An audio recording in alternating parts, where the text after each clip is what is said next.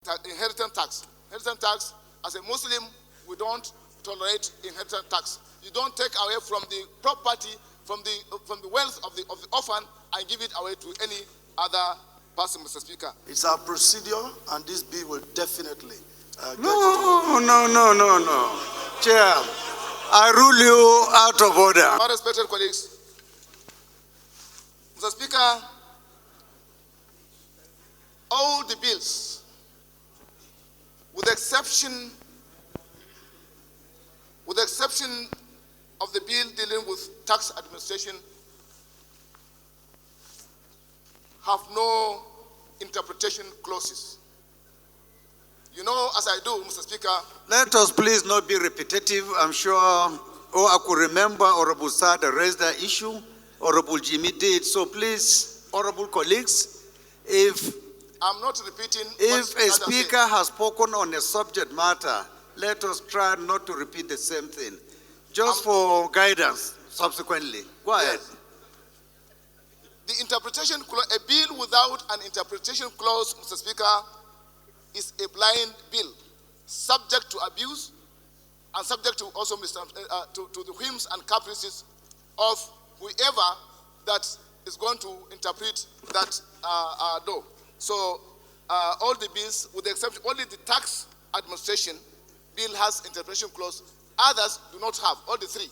Therefore, we must ensure that there is an interpretation clause on the other three bills. Secondly, Mr. Speaker,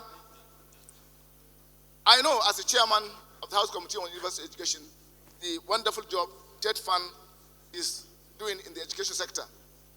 Therefore, my position is that these agencies, TED Fund, NIDA, NASENI, should be retained. The clause dealing with their systematic phasing out should be completely deleted, Mr. Speaker. Thirdly, Mr. Speaker. Honorable Fulata, 2 minutes more.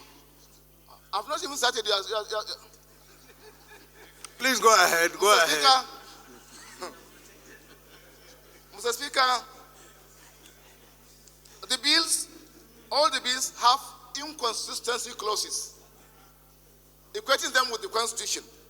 I'm here, for example, to give an example with section 197, 198, 199, 200, 2001, and 2002 especially, making statements on inconsistency. Any bill that is inconsistent with this act is termed null and void. All the inconsistency clauses should be removed.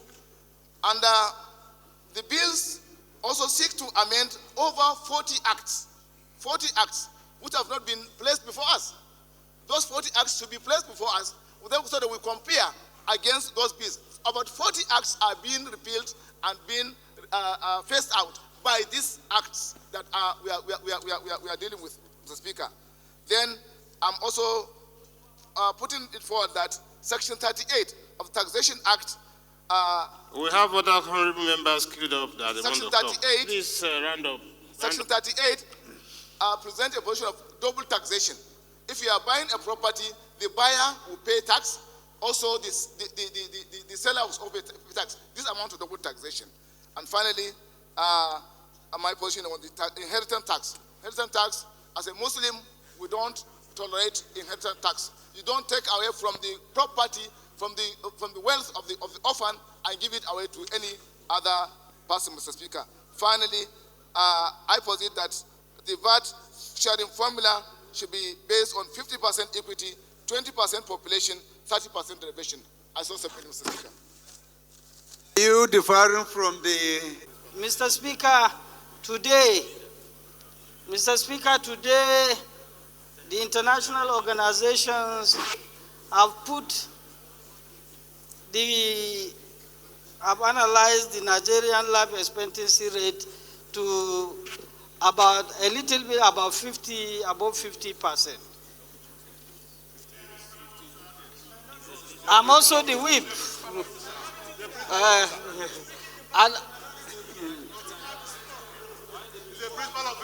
And I'm also the whip.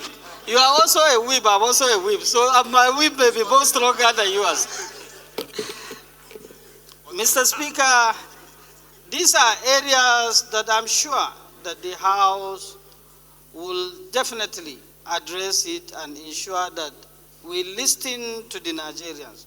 We listen to the areas that Nigerians want us to ensure we make some few amendments to accommodate the poor man, to ensure that we are working for the people. We are working for Nigerians.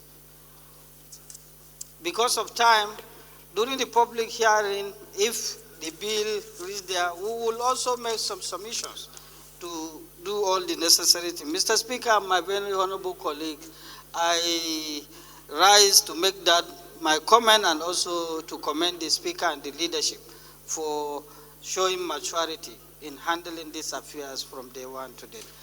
Gets to public hearing. It's our procedure, and this bill will definitely No.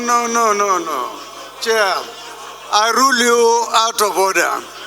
What he said is correct.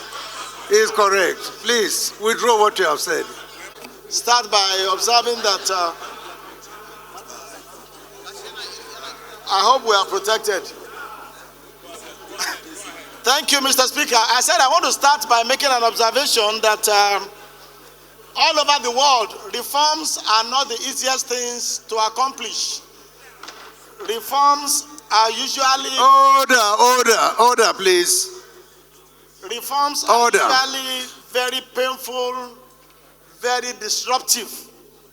But reforms are always essential, needed, especially when countries realize the fact that they need to hurry up in the journey of development. And so I want to start by commending the President of the Federal Republic of Nigeria, who is the leader of government, who has brought this reform bill to the National Assembly. Because if we look at our tax laws in Nigeria, they have been some of the most obsolete, some of the most duplicative, if not multiplicative, of tax laws anywhere in the world. And if we're going to be honest with ourselves, these have resulted in stunted growth in most of our sectors, as well as dissuade investors from coming into this country to exploit and explore the greater opportunities of the resources that we have because of the lack of ease of doing business resulting from this multiplicity of taxes. So having said that, Mr. Speaker, I want to also say, in line with what my leader said earlier, that whatever system, policy, or law or regulation that we are bringing on board, the first consideration must be the welfare of the majority of the Nigerian people. Those who can hardly afford to have 3 square meals, to afford good education, good healthcare system. And so when we look at any piece of legislation being proposed by the executive, especially as minorities, we ask ourselves, how does this law make life easier for the common man? How does it make it easier for people to access the basic things of life and contribute meaningfully to economic development? According to the majority leader in the lead debate, he has enunciated a lot of benefit that we have seen here, which I also adopt. But I want to say one more, Mr. Speaker, and that has to do with the principle of entrenching true federalism. Whatever legislation we are going to pass must ensure that more monies go to subnationals, the local government, the state government, because they are the closer tiers of government to the people. And this particular bill, I want to note, has made adequate provision for having more of the VAT proceed going to state government from what used to be the share of the federal government, from 15% to 10%, which I think is very, very commendable. Just like when the issue of the fuel subsidy came on board. Now more state and local government get more money. And the attention of Nigerians must be on how government that earn more money will now spend those money. So, Mr. Speaker, I want to say that I support the general principles of this bill, and I'm sure that by the time it gets to the public hearing stage, more members of the public and interest will be able to come on board to add their voice on the need for us to have this reform on time, so that it doesn't become, like the reform in the oil sector that was delayed for over 20 years, that by the time we just woke up to pass the Petroleum Industry Act, It was almost becoming belated. I do hope that this bill passes through the second reading, Mr. Speaker, and I do support the second reading motion. Full of Ibadan, Northwest, Southwest Federal Constituency of Oyo State. Mr. Speaker, the general principle of this bill. Am I protected, Mr. Speaker? Please, honorable colleagues, let's be silent, please. Thank you, Mr. Speaker. I want you to know anyone who wants to talk will be given the opportunity. Everyone will have the opportunity to speak, but within the allocated time. Yes. Okay? Every day we gather here, we move motions, we move bills to create new agencies. Federal health institution, universities, College of Educations, ICT centers. We create a lot of agencies every day in this institution, Mr. Speaker. I also want you to know that all of these things we are planning to create, we will require a lot of money for them. The whole world is talking about artificial intelligence in order to grow our economy. We are going to require a lot of money for them. The general principle of this bill would allow us.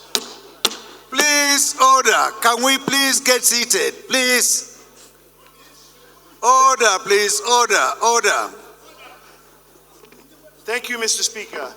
The general principle of these bills will allow us the level of funding that we need as a nation to grow into the next generation.